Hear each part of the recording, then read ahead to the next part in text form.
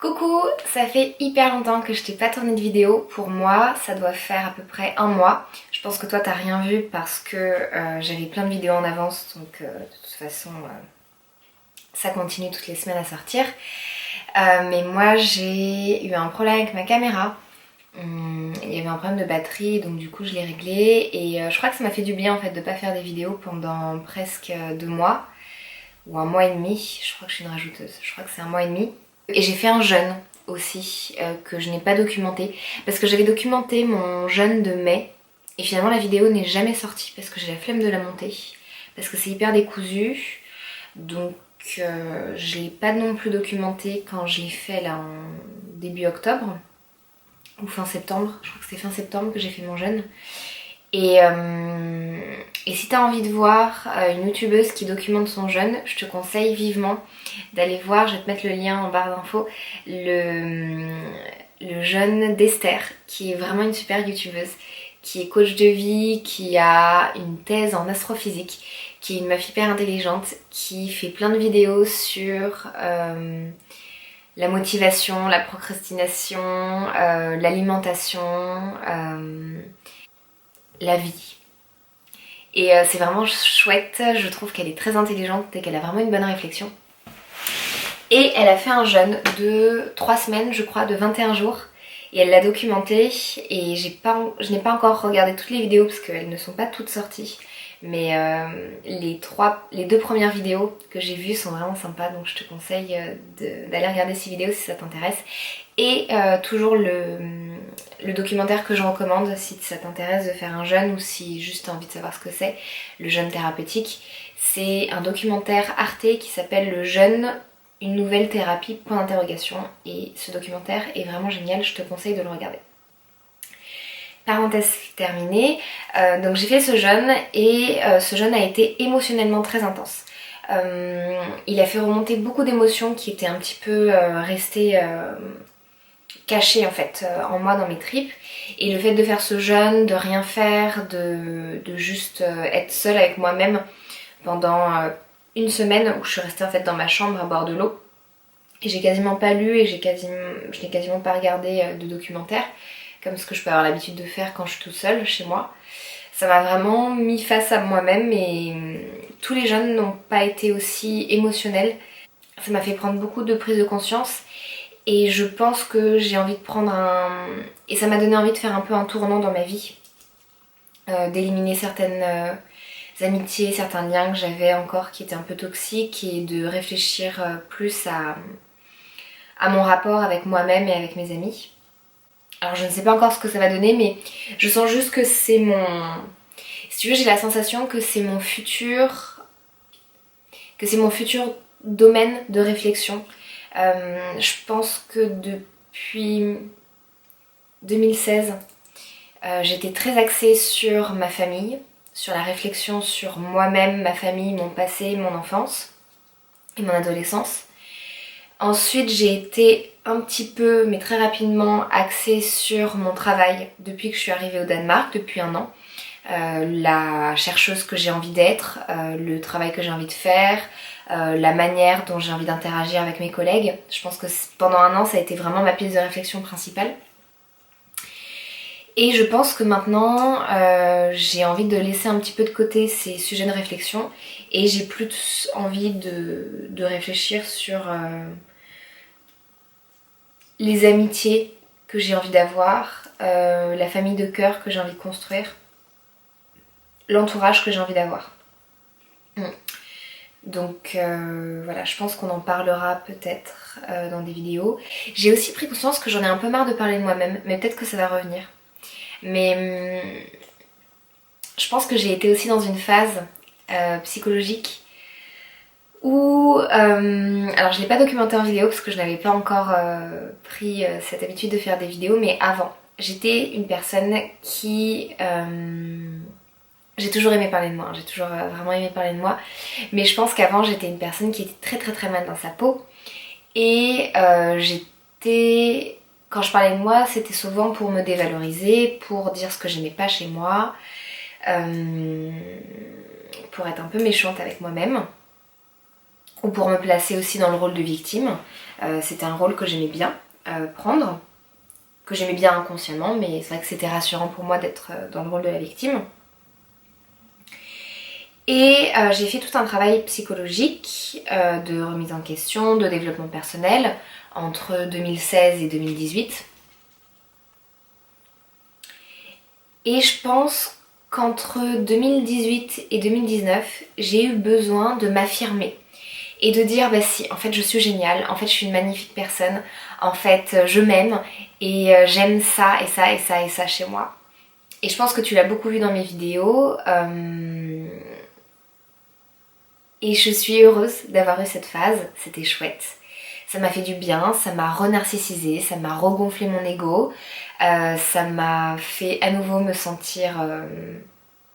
à nouveau, je sais pas si je l'ai déjà été, mais peut-être quand j'étais enfant.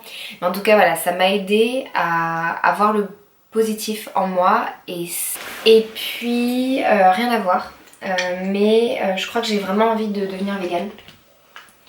Je suis vraiment de moins en moins attirée par les œufs, j'en mange quasiment plus, sauf dans les gâteaux. Tout ce qui est produit laitier, j'en mange plus. Par contre, j'adore les produits laitiers, enfin faux lait, végétaux. Ici, je trouve des yaourts aux noix de cajou qui sont hyper bons. Et donc là, je suis en train de manger des courges parce qu'on est en octobre. Et il y a beaucoup de courges de petits marrons ici. J'aime bien le Danemark parce que ils sont très produits de saison. Et du coup, voilà, ça y est, on est parti dans la saison des courges. Donc il y a plein de petits ronds et tout. Et d'ailleurs, pour info, ça c'est de la crème d'avoine. C'est végétal et c'est hyper bon. C'est vraiment hyper bon. Ici aussi au Danemark, je pense que c'est plus facile d'être vegan parce qu'il y a vraiment beaucoup d'options. Dans les supermarchés, il y a toujours un rayon vegan avec des produits qui sont censés être des produits laitiers comme de la crème fraîche mais qui sont véganes. Donc ça c'est super chouette. Et pour revenir aux petits ronds et aux courges, ça m'a fait tellement du bien d'en manger. J'avais vraiment envie de ça et pendant une semaine j'ai beaucoup bossé. Du coup j'ai pas pris le temps, je les ai achetés mais j'ai pas pris le temps de les cuisiner.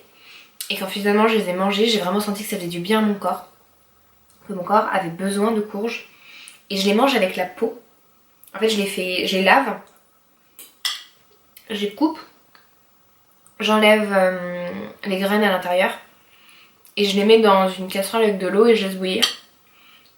Et après je mets un peu de crème ou un peu de faux beurre aussi. J'ai trouvé du faux beurre végétalien qui est hyper bon, qui est un espèce de beurre d'amande avec de la coco. Je crois que c'est une marque danoise. Trop bon.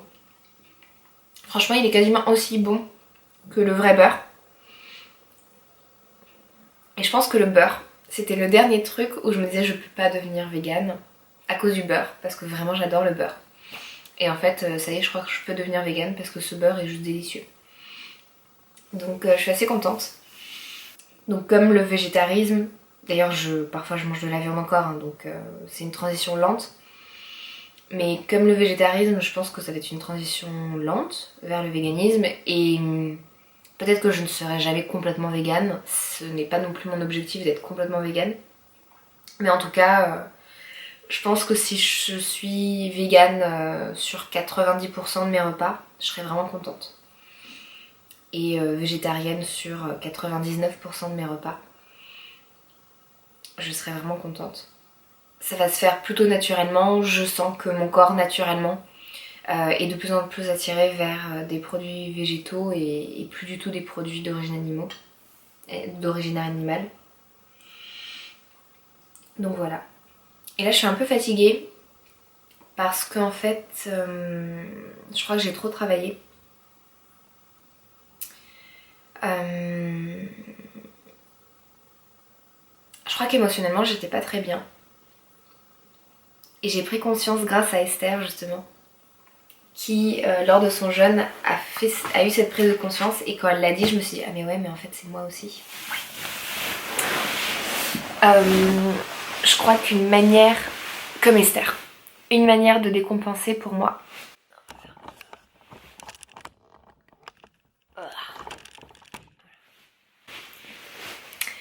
crois qu'une manière pour moi de décompenser, pas de décompenser,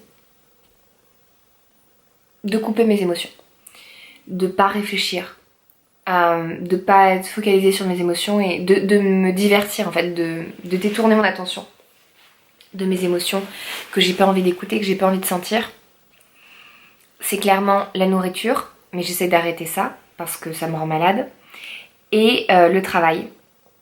Et ça tombe bien parce que je suis étudiante en thèse et que je peux, si je veux, travailler 24 heures sur 24, 7 jours sur 7.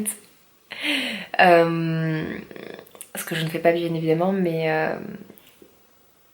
je crois que le travail est un refuge dont je n'avais pas pris conscience parce que j'aime fondamentalement mon travail.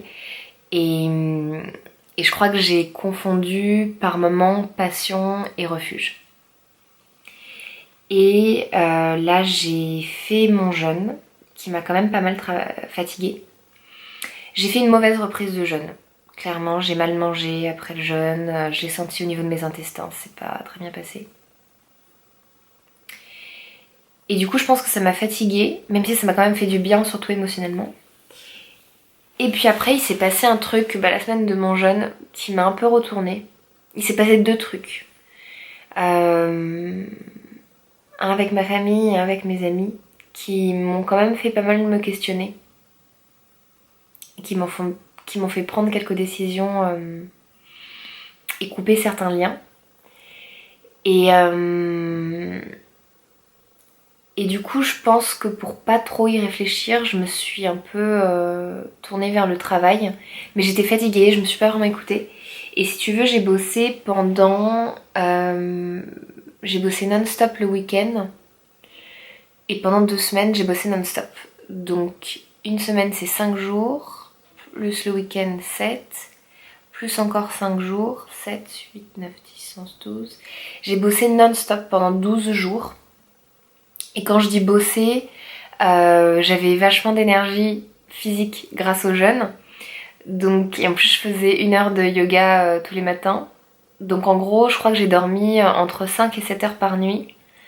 Et je bossais de 8 heures du matin à peut-être 22 heures. Pendant 12 jours. Et, et hier, en fait, j'étais épuisée. Et je me suis dit, non mais n'importe quoi. N'importe quoi. Donc voilà. Donc du coup, hier, je suis pas allée bosser le matin parce que j'étais trop fatiguée. J'ai dormi, ça m'a fait du bien. Et puis, après, j'ai passé probablement la soirée la plus cool de ma vie. Avec mon ami Choub, qui est danois d'origine indienne. C'était une soirée où il y avait des personnes d'horizons hyper diverses, du monde entier. Il y avait des personnes d'Amérique latine, des personnes d'Afrique du Nord et d'Afrique du Sud. Ça se dit Afrique du Sud? Pas le pays, l'Afrique du Sud, d'Afrique noire. Il y avait des personnes d'Inde, il y avait des personnes d'Europe. Europe de l'Est et Europe du Sud, Italie et Espagne. Et moi, qui étais la petite française.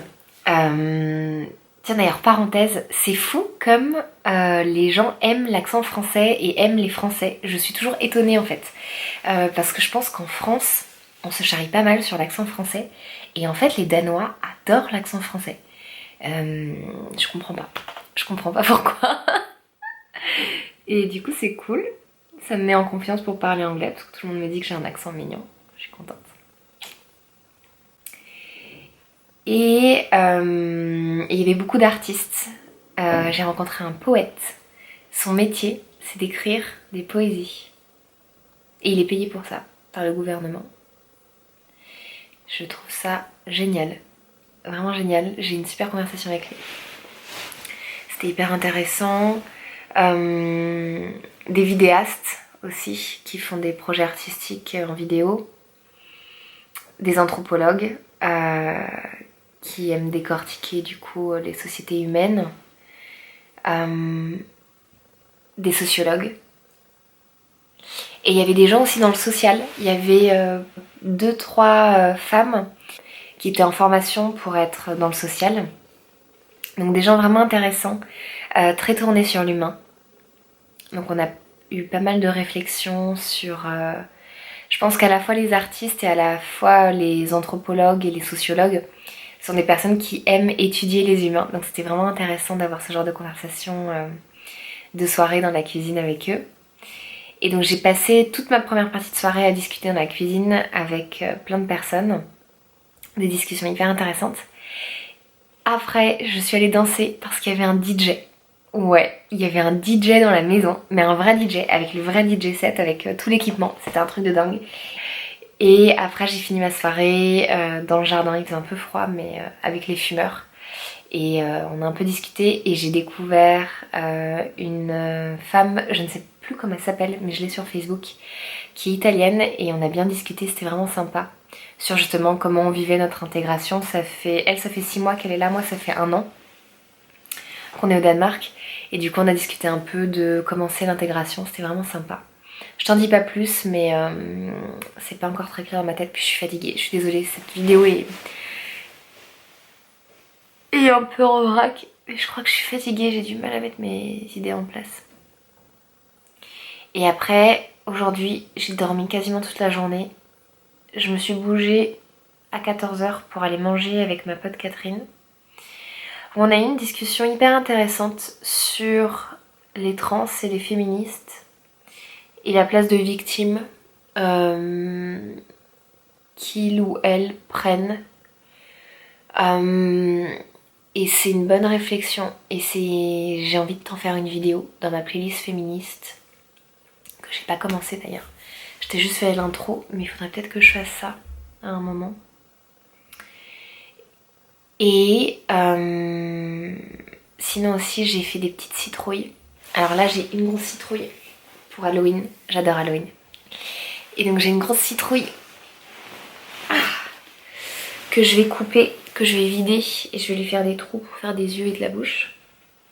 J'aime bien faire ça. Je crois que je vais le faire avec l'association étudiante ici ce jeudi, donc dans quelques jours. Là on est samedi. J'ai aussi acheté des petites citrouilles, donc qui font ça.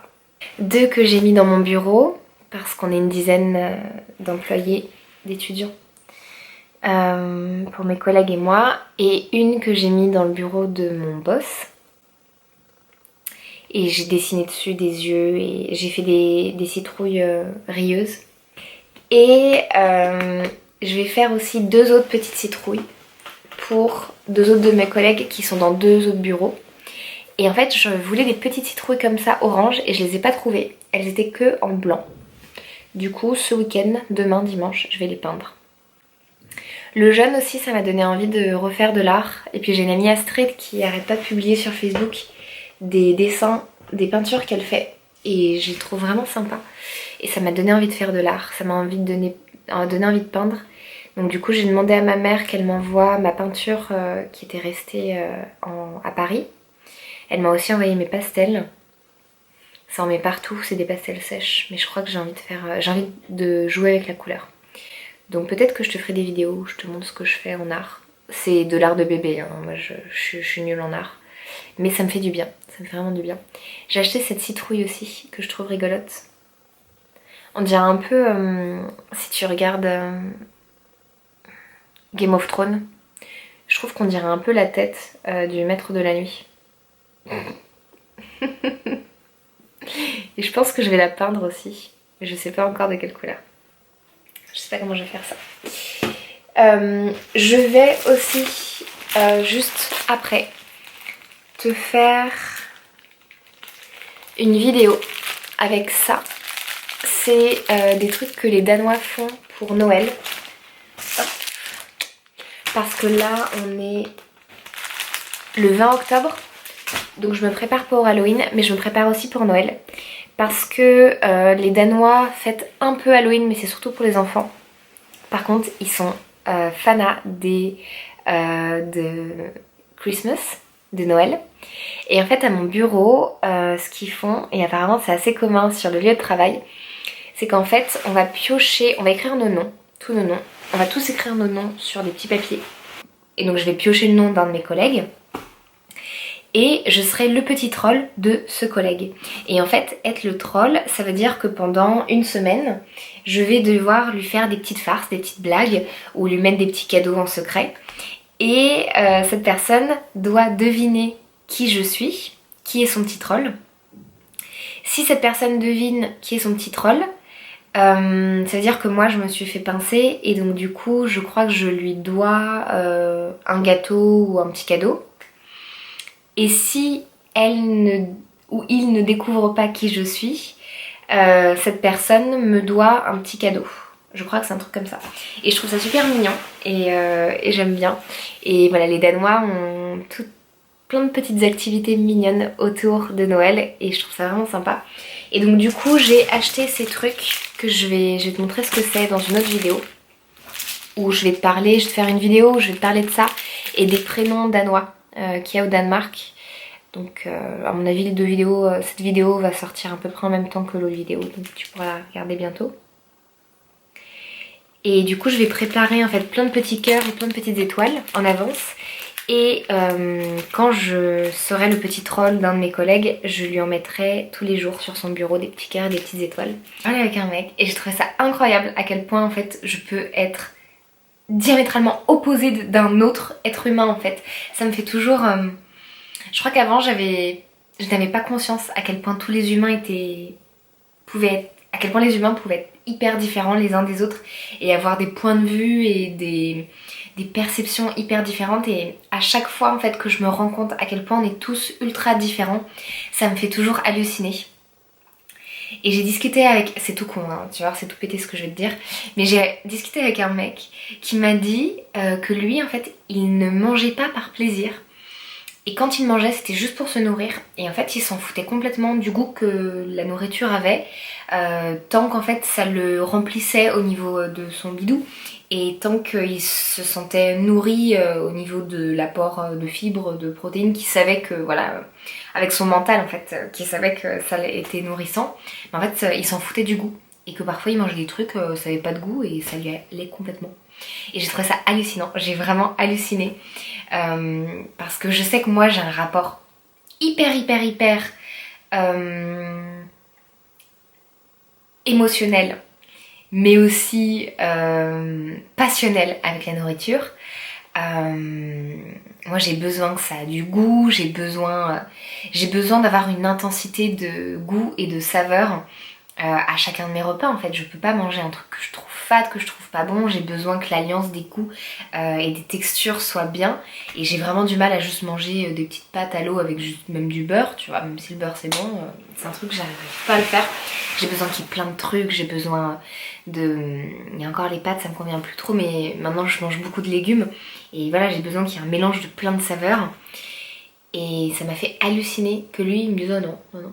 Et c'est génial, et je trouve ça vraiment génial qu'on soit différents à ce point-là, que ça existe. Moi j'aime beaucoup les différences, je trouve que c'est une grande richesse, notamment à Paris, notamment en France et dans le monde, qu'on soit tous différents.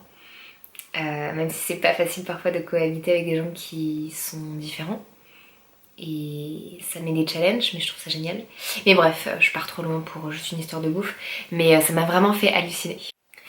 Et aussi, je t'en ai pas parlé, mais depuis septembre, donc depuis 1 mois et demi maintenant, j'ai commencé le yoga. Donc le lundi, je fais le yoga basique.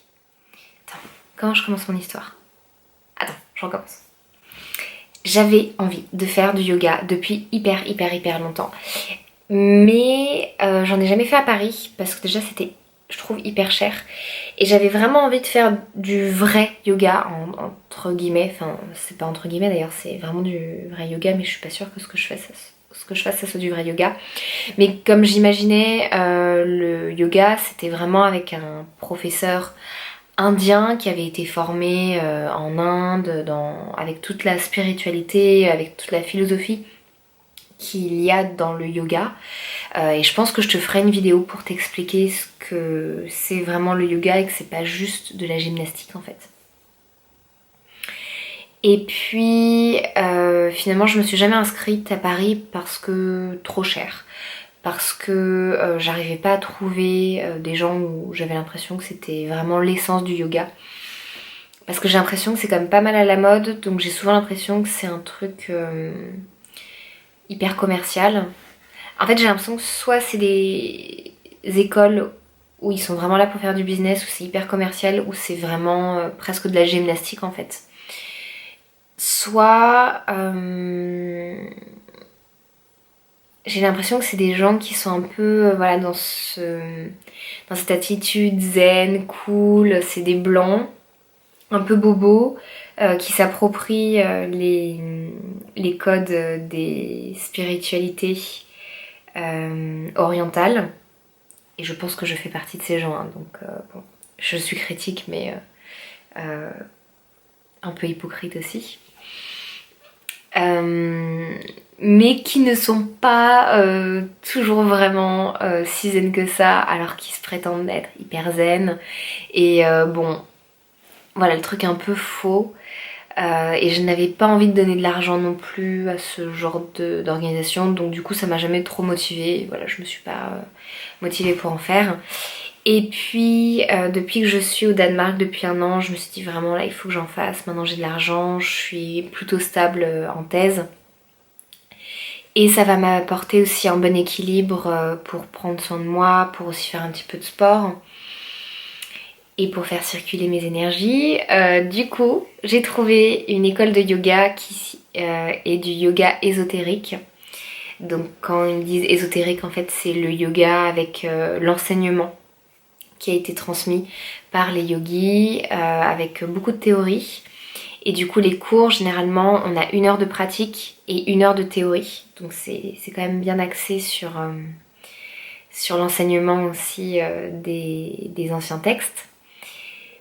Alors, bémol, j'ai quand même l'impression que c'est un truc commercial. J'ai quand même l'impression que j'ai rencontré je sais pas comment l'appeler, l'homme qui a créé notamment le cours de tantra, et le mec je le sens pas. Je trouve qu'il a un côté un peu gourou, tu vois. Je trouve que dans sa manière de parler, il y a beaucoup de violence, alors que le mec il se dit ultra genre maître zen.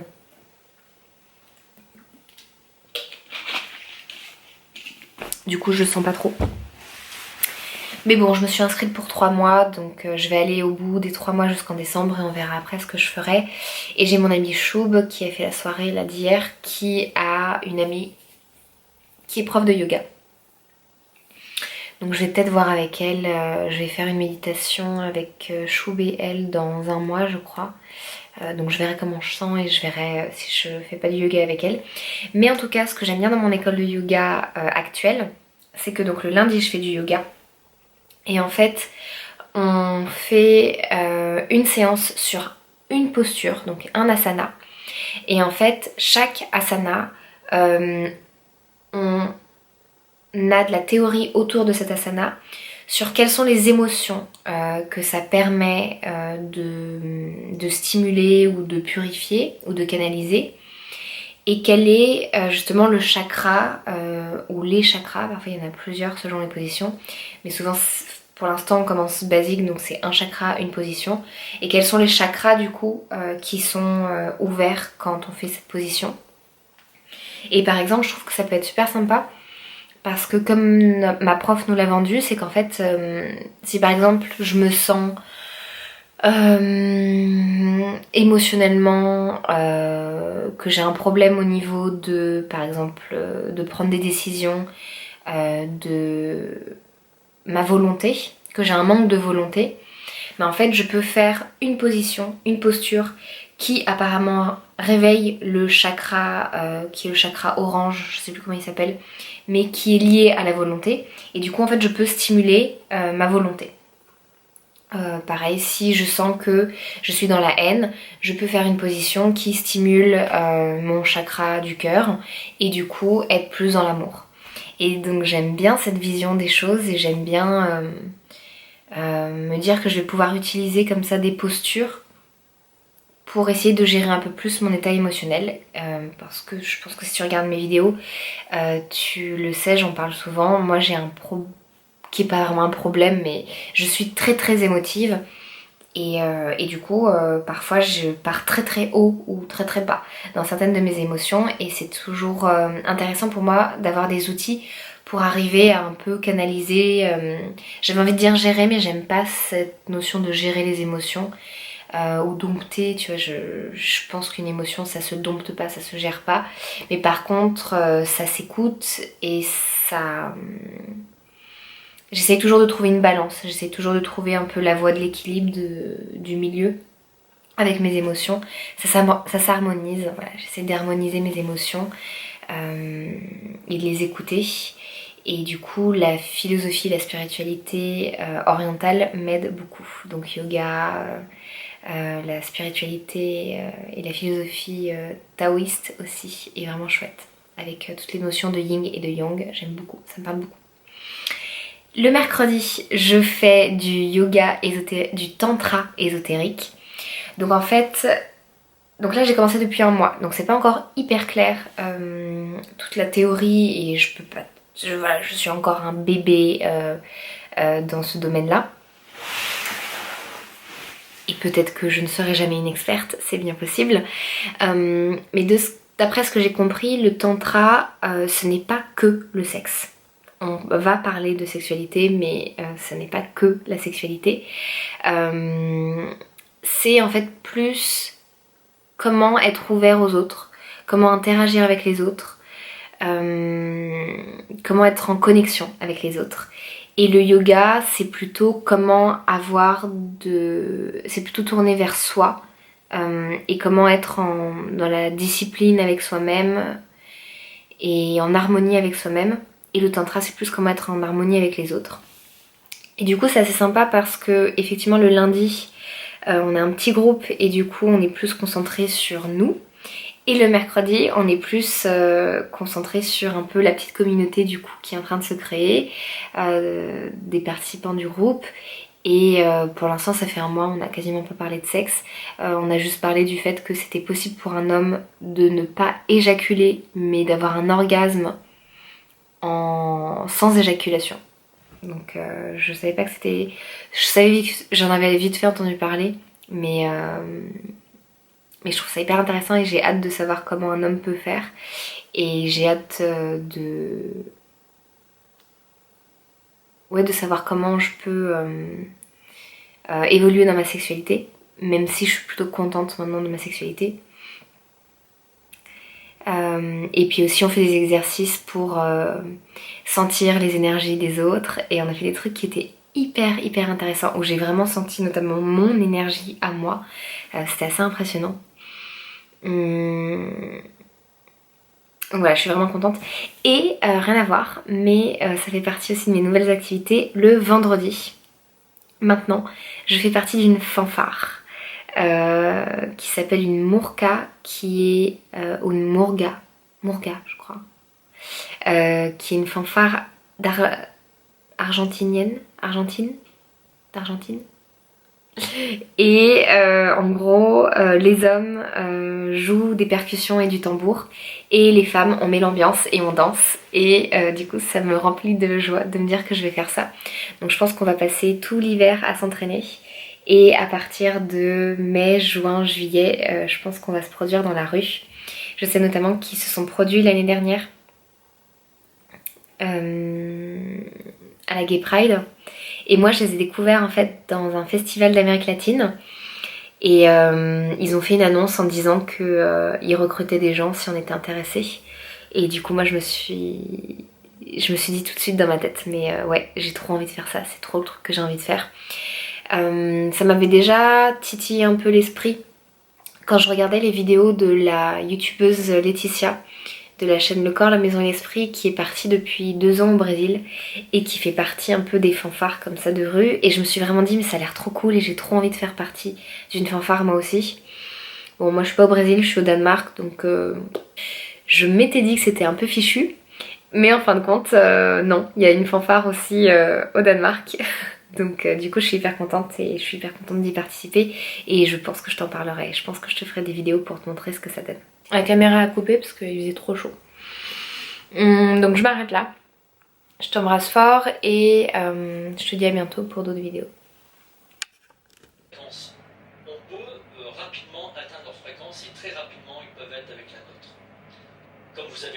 aussi de prendre des chemins qui sont peut-être pas les bons, mais à travers lesquels vos guides vont vous apprendre à évoluer. Ben, c'est complexe hein, comme système. Leur dire que tout est écrit, je dirais qu'on a un petit peu comme un chemin, comme un GPS, mais après on a le droit aussi d'aller faire de la visite touristique. La notion du karma. On rentre dans la notion des blessures karmiques. On rentre. Alors le karma démarre déjà par rapport à une demi-heure, juste avant l'émission. Maintenant, ça fait partie de notre karma. Donc j'ai fait celle-ci, celle-ci. Moi je. On dirait une fleur, on dirait une rose. Elle est trop belle. Je l'aime. Elle est magnifique. Évidemment, elle n'est pas encore terminée. C'est très puissant. Elle est belle. Elle est encore plus belle en caméra. Elle est trop belle. Les connexions avec Raquel.